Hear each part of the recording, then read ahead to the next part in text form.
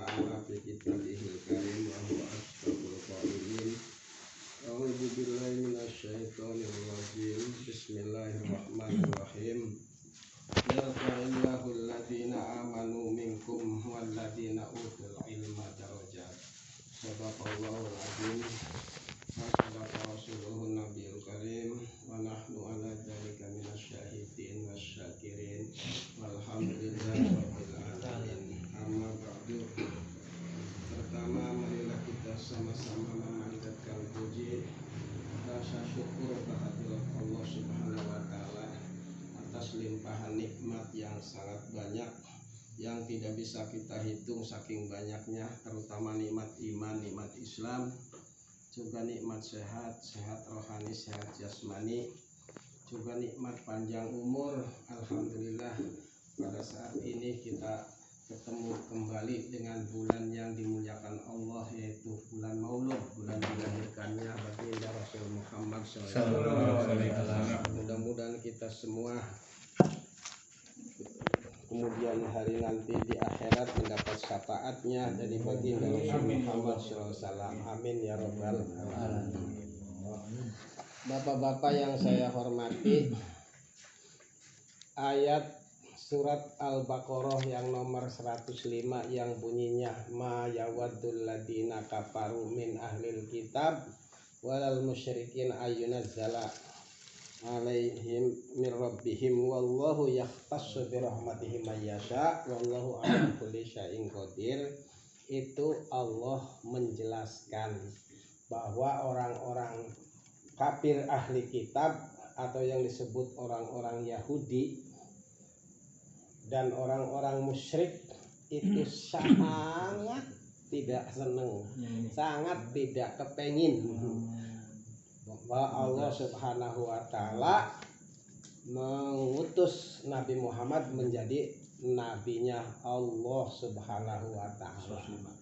Cuman walaupun bagaimana, wallahu yakhtassu bi rahmatihi may yasha, cara khusus Allah Subhanahu wa taala memberikan pangkat kenabian atau memberikan rahmat kepada orang yang Allah kehendaki, walaupun mereka tidak senang. Orang Allah berkehendak kepada Nabi Muhammad sebagai nabi Allah, yang gak ada urusannya. Tapi itu ayatnya dijelaskan dalam ayat 105. Sampai-sampai sekarang ya, orang-orang yang tidak senang dengan sahabat Nabi ada, yaitu yang disebut kelompok Syiah ya. Kelompok Syiah itu juga ya memang turunan Nabi, jalur dari Hasan, tetapi keluarganya Hasan itu nikahnya dengan orang Islam yang berdarah Yahudi. Makanya wajar orang Syiah itu musuh kepada sahabat Nabi, yaitu adalah Abu Bakar dan Umar ya. Nah, dalam kesempatan malam ini akan saya membacakan beberapa sejarah ya, untuk menepis atau membantah daripada dugaan-dugaan orang-orang Syiah kepada sahabat Nabi, terutama Abu Bakar dan Umar ya. Abu Bakar itu, nama Abu Bakar sangat terkenal sekali di kalangan umat Islam, tapi sebenarnya namanya bukan Abu Bakar ya. Abu Bakar itu nama aslinya adalah Abdullah bin Abi Quhafah. Nah, mengapa Rasul selalu menyebut Abu Bakar? Itu saking sopannya sehingga kepada mertuanya itu enggak berani nyebut namanya. Jadi yang disebutnya Abu Bakar itu telah ya, apa telah tuh ya, julukan ya. Iya, panggilan. Jadi Abu itu bapak, Bakar itu gadis. Jadi disebutnya bapaknya Abu Bakar gadis. Itu bapaknya gadis. Namanya bukan Abu Bakar ya. Kenapa disebut Abu Bakar itu ayahnya gadis ya? Karena punya anak perempuan yang dinikah oleh Nabi ya, yang namanya Aisyah. Aisyah itu adalah anak Abu Bakar. Berarti Nabi Muhammad itu kepada Abu Bakar itu mertua ya. Jadi Abu Bakar ini jadi khalifah Rasul. Ya memang Abu Bakar orang yang dekat dengan Nabi, yang mertua kan dekat ya. Nah, salah satunya itu. Kemudian dalam kitab Al-Barzanji yang dikarang oleh Syekh Al-Barzanji dijelaskan ya bahwa awwaluman amana bihi minar rijal Abu Bakrin sahibul ghori wasiddiqiyah wa minan nisa'i Khadijatun wa minas sibyani Aliyun wa minal ariqai Bilalun ya. Wa minal mawali Harisatun summa adna fadna gitu ya. Jadi Abu Bakar ini Masya Allah gitu ya, sangat dekat sekali dengan Nabi. Jadi orang yang pertama iman kepada Nabi dari kalangan bapak-bapak yaitu Abu Bakar. Umar belum, masih jadi musuh orang Islam. Yang lainnya belum. Jadi yang pertama itu dari kalangan bapak-bapak itu Abu Bakar. Wa minan nisa, dari kalangan ibu-ibu yang pertama iman kepada Nabi Khadijatun, yaitu istri Nabi sendiri, Siti Khadijah ya. Masya Allah. Istri Khadijah tuh jasanya bukan main, sangat banyak ya kepada perjuangan Nabi, perjuangan Islam. Makanya disebut Khadijatul Kubro, artinya Kubro itu besar pengorbanannya gitu. Itu yang pertama Islam, iman kepada Nabi dari kalangan ibu-ibu. Wa minal sibyani Aliyun, dari kalangan anak-anak sebelum balik dia beriman kepada Nabi, yaitu adalah Sayyidina Ali sebagai minantu Nabi juga. Memang Ali ya dekat karena minantu ya. Jadi bapaknya Ali, Abi Thalib itu kakak beradik dengan bapaknya dari Muhammad, Abdullah kan ya. Jadi Ali juga dari orang yang terdekat Nabi. Begitu juga Abu Bakar orang terdekat Nabi. Tapi keturunan dari Ali itu enggak senang dengan Abu Bakar, padahal Alinya enggak. Abu Bakar, Umar, Utsman, Alinya biasa, berdekat semua juga, enggak ada yang bentrokan. Setelah turun-turunannya gitu ya.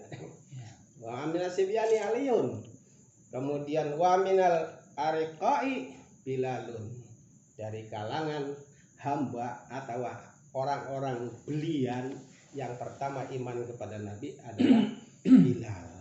Dan Bilal dengan izin Allah beriman kepada Nabi karena Bilal yang menebus Nabi. Jadi Bilal itu menjadi budak dari seorang raja yang bernama Banu Umayyah. Cuman Bilal tidak mau ikut agamanya Banu Umayyah, sehingga Bilal akhirnya disiksa, dijemur di padang pasir, diseret, dicambuk. Lantaran Allah Subhanahu wa taala memberikan hidayah yahdi mayyasha kepada orang yang Allah kehendaki. Walaupun Bilal orang miskin, walaupun Bilal orang budak ya, belian, Allah menghendaki Bilal imannya enggak luntur tetap. Akhirnya Nabi bermusyawarah pula dengan Abu Bakar supaya selamat imannya Bilal. Maka setelah itu ditebus Bilal, merdeka daripada Banu Umayyah. Nah, setelah Bilal ditebus oleh Nabi, karena Bilal punya potensi suara yang merdu, maka oleh Nabi Bilal diangkat menjadi muadzin, tukang adzan.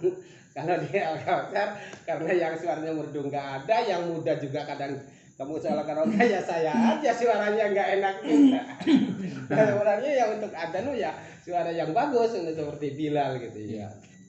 Diangkatlah Bilal itu menjadi muadzin. Setiap orang selalu ada disebutnya Bilal, padahal Bilal mah nama orang. Minal mawali Harisah, dari kalangan pengusaha yang pertama iman kepada Nabi adalah Harisah. dan kemudian selanjutnya ia selalu berbondong-bondong satu persatu pada memasuki agama Islam. Nah itu karakter Abu Bakar itu Masya Allah yang tidak disenangi oleh orang Syiah, sebagaimana orang Yahudi Nasrani tidak senang kepada baginda Rasul Muhammad sallallahu alaihi wasallam. Lanjut karakter Abu Bakar selain orang yang pertama iman kepada Nabi, kemudian apa? Abu Bakar itu adalah sahibul huris wasidikiyah, orang yang menemani Nabi ketika di Gua Sur dikejar oleh orang jahiliyah, ya.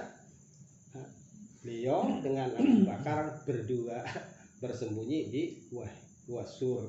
Ya, Masya Allah, Abu Bakar sudah gemetarnya bukan main, karena guanya kecil, ya, cuman kerapetan itu aja, sarang laba-laba gitu ya. Tapi Nabi Muhammad mengatakan, la takhaf wa la tahzan innallaha ma'ana. Enggak usah takut, enggak usah, Allah bersama kita. Itu orang yang sebegitu banyaknya tahu di situ ada gua. Kalau bukan dengan pertolongan Allah, ya mungkin udah tahu ya. Mungkin udah nabinya mati, tapi Allah melindungi selamat. Nah itu juga Abu Bakar yang menemani. Dan juga ketika Nabi Muhammad mendapat ayat dalam surat Al-Maidah ayat 10 ya, yang bunyinya Al-yauma akmaltu lakum dinakum wa atmamtu alaikum nikmati wa radaitu lakumul Islam madina. Ketika Nabi Muhammad membacakan ayat itu di depan para sahabat, semua para sahabat enggak ada yang tidak gembira. Semua gembira semua. Karena itu ayat itu enak. Isinya itu didengarnya tuh enak, menyenangkan. Al-yauma akmaltu, pada hari ini aku sempurnakan Islam sebagai agamamu. Wa atmamtu alaikum nikmati, dan aku sempurnakan nikmat untukmu. Wa radaitu lakumul Islam madina, dan aku ridho Islam untuk agamamu.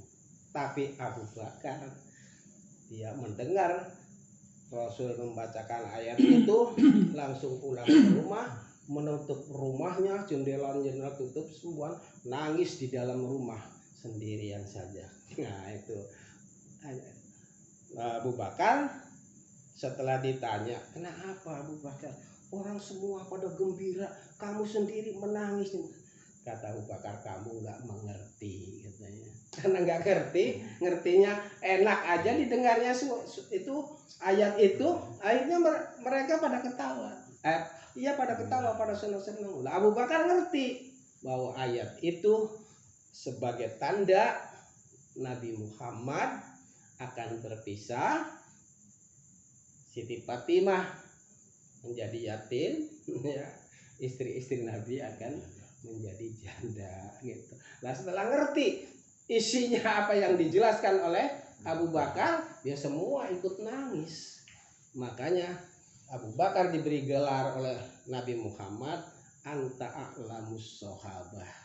Engkau adalah sahabat yang paling tahu dalam segala urusan dia. Nabi Muhammad sudah menjelaskan, membaca aja, tapi ngerti isinya itu udah bisa ketebak sama Abu Bakar.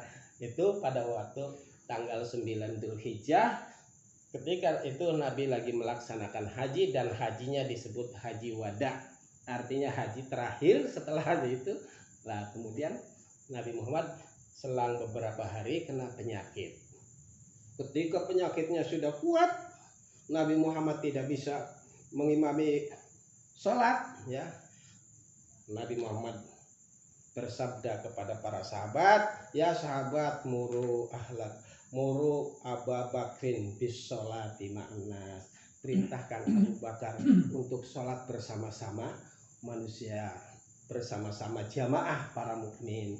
Jadi ketika Nabi Muhammad sangat kuat sakitnya, tidak bisa menjadi imam sholat, Abu Bakar pula yang diperintahkan untuk menjadi pengganti imam. Dan masih banyak lagi hal-hal yang lain keistimewaan atau kedekatan Nabi dengan Abu Bakar, maka wajar andaikan Nabi meninggal, Abu Bakar sebagai gantinya. Padahal memang selama hidup Nabi belum pernah mengatakan bahwa nanti kalau saya meninggal Abu Bakar lah gantinya. Memang belum pernah, cuma tanda-tandanya banyak. Lah makanya setelah Nabi meninggal ya, lah kalau waktu hidup Nabi yang namanya Ubay bin Salul ya, Ubay bin Salul itu adalah ru'usul munafikin, pemimpinnya orang-orang munafik ya. Pada waktu Nabi masih hidup, mereka selalu merintangi ya. Iman kepada Nabi hanya di depan saja, di belakang selalu merintangi.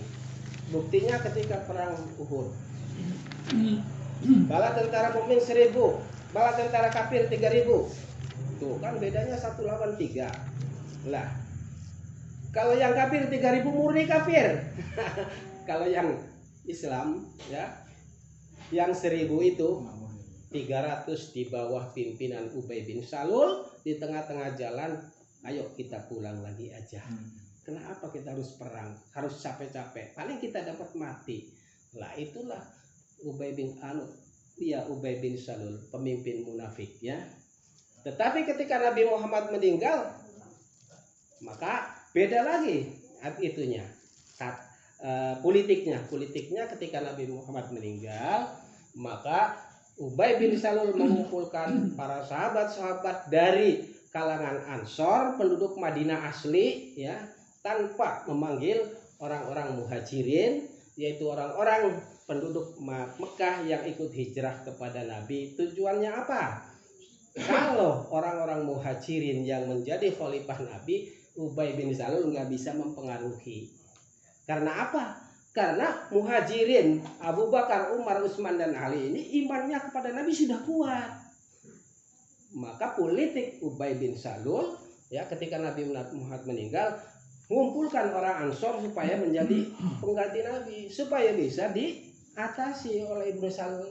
Tapi dengan izin Allah, alhamdulillah pada akhirnya Abu Bakarlah yang menjadi khalifah Nabi.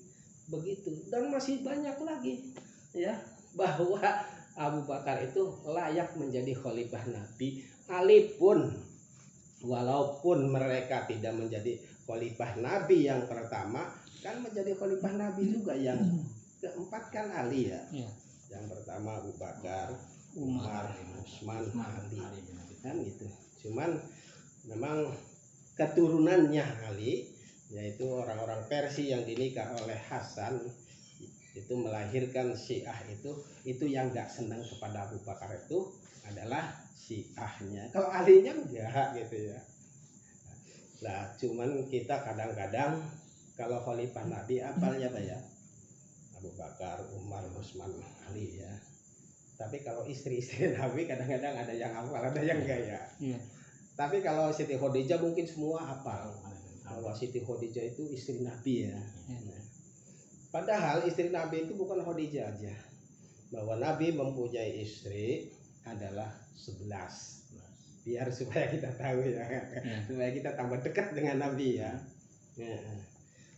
Lah Nabi Muhammad punya istri yang 11 ini setelah meninggal Khadijah.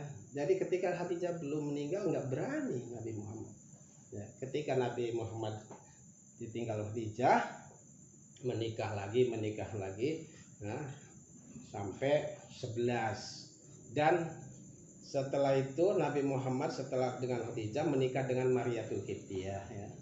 Ya, Mariyatul Qibtiyah dengan Nabi punya anak satu namanya Ibrahim. Kalau dengan Siti Khadijah masih banyak, anaknya 6. Jadi pertama yang perempuan Zainab, Ruqayyah, Umi Kulsum. Nah, terus yang laki Abdullah, Thohir, julukannya Thohir, namanya Abdullah Thohir, bukan Thohir namanya tapi julukannya Thohir. Terus yang satunya yang laki 2, yang perempuan 4 ya.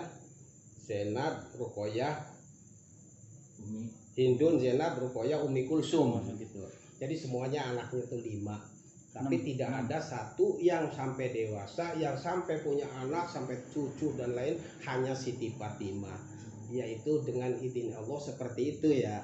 Kalau memang Allah Subhanahu wa taala memberi umurnya panjang, anak-anaknya seperti Qasim ya, anaknya itu Qasim yang pertama itu. Mungkin Qasim lah diangkat jadi nabi, padahal Allah sudah menentukan bahwa Nabi Muhammad itu nabi yang terakhir ya. Buktinya si Ali ini kan bukan anak nabi, cuman keturunan dari Ali ya. Kan mereka menganggap orang lain itu sebagai pemimpin rampok dan lain sebagainya. Itu maka Allah itu lebih kuasa ya. Hikmahnya kenapa ya? Bahwa Muhammad ini anaknya yang lahir sampai punya anak cuman Siti Fatimah. Karena kalau memang anak-anaknya lain ya udah pada orang itu pada mengangkat bahwa Qasim lah sebagai nabi. Padahal Nabi Muhammad khotamun nubuwah. Jadi istri yang ke-11 yang punya anak cuman 2. Khadijah dan Mariatul Qibtiyah. Jadi Mariatul Qibtiyah punya anak cuman 1 yaitu namanya Ibrahim, dan Siti Khadijah punya anak 6. Lelaki 3, perempuan 3. Lah, adapun istri-istri yang lain supaya tahu yaitu yang berapa? 9 ya. Aisyah, Hafsah, Saudah, Sofiyah, Maimunah, Romlah, Hindun, Zainab, Juhairiyah. Kalau kepengen hafal bisa nanti kita tulis ya. Itu istri-istri Nabi gitu. Nah, masalahnya kenapa kalau sahabat-sahabat Abu Bakar, Umar, Utsman, Ali pada hafal, istri-istri Nabi yang disebut Ummahatul Mukminin, istri-istri Nabi yang disebut adalah ibu-ibu orang mukmin, banyak yang nggak hafal. Karena kalau kadang-kadang orang itu kalau arwahan kadang-kadang rajin disebut satu-satunya, ila arwahi Abu Bakrin ya, ila arwahi Umar. Makanya kalau Abu Bakar, Umar, Utsman, Ali mah selalu dikenang dalam hati. Tapi kalau istri-istri Nabi kan enggak, pakainya kalimatnya kalimat jamak ya, ibarat pesawat, kendaraan pesawat gitu. Wala ali washabi wa azwajihi kan. Wa azwajihi itu artinya istri-istri Nabi. Enggak disebutkan seperti ila ruhi Siti Khadijah, ila ruhi. Makanya jarang yang hafal. Tapi kalau sahabat seperti Abu Bakar, Umar, Utsman kadang-kadang ada yang rajin satu persatu. Itu. Kalau satu persatu kalau yang enggak keliwat kan enggak masuk. Tapi kalau dijamak wala alihi atas keluarga Nabi, wa ashabihi dan sahabat-sahabat Nabi, semua kena gitu ya. Karena kalau di Jawa itu ibaratnya kendaraan itu pesawat. Kalau pesawat kena semua, tapi kalau satu-satu ibarat orang naik kendaraan sepeda, banyak yang ketinggalan gitu. Cuman ya hikmahnya menjadi apal. Karena apa sih pada nggak apal istri-istri Nabi? Karena nggak seperti sahabat Nabi. Nabi mah kalau yang rajin kan satu-satu ya. Dari Abu Bakrin, Umar gitu ya. Tapi kalau istri Nabi kan enggak, jamak gitu. Wala alihi keluarga Nabi, wa ashabi dan sahabat-sahabat Nabi, wa azwajihi dan istri-istri Nabi. Nah, supaya tahu, maka istri yang 2 mungkin apa ya, Siti Khadijah dengan Siti Mariatul Qibtiyah, yang 9-nya Aisyah, Hafsah, Saudah, Sofiyah, Maimunah, Romlah, Hindun, Zainab, Juhairiyah. Lah, itu sekedar menepis yang menjadi dugaan orang-orang Syiah terhadap sahabat Nabi, terutama Abu Bakar dan Umar.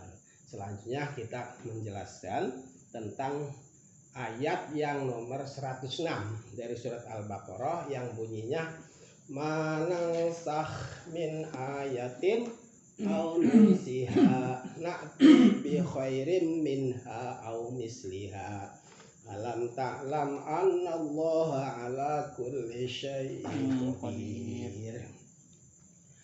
Manansah min ayatin,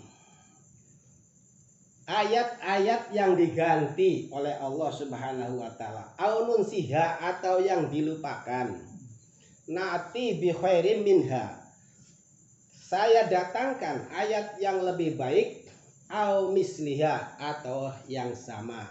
Alam ta'lam, bukankah kamu tidak tahu annallaha, sesungguhnya Allah ala kulli syai'in qadir, atas segala sesuatunya kuasa. Nah, contoh ayat yang diganti oleh Allah atau yang disebut ayat nasah ya, yaitu dalam Al-Baqarah ayat berapa saya lupa bunyinya.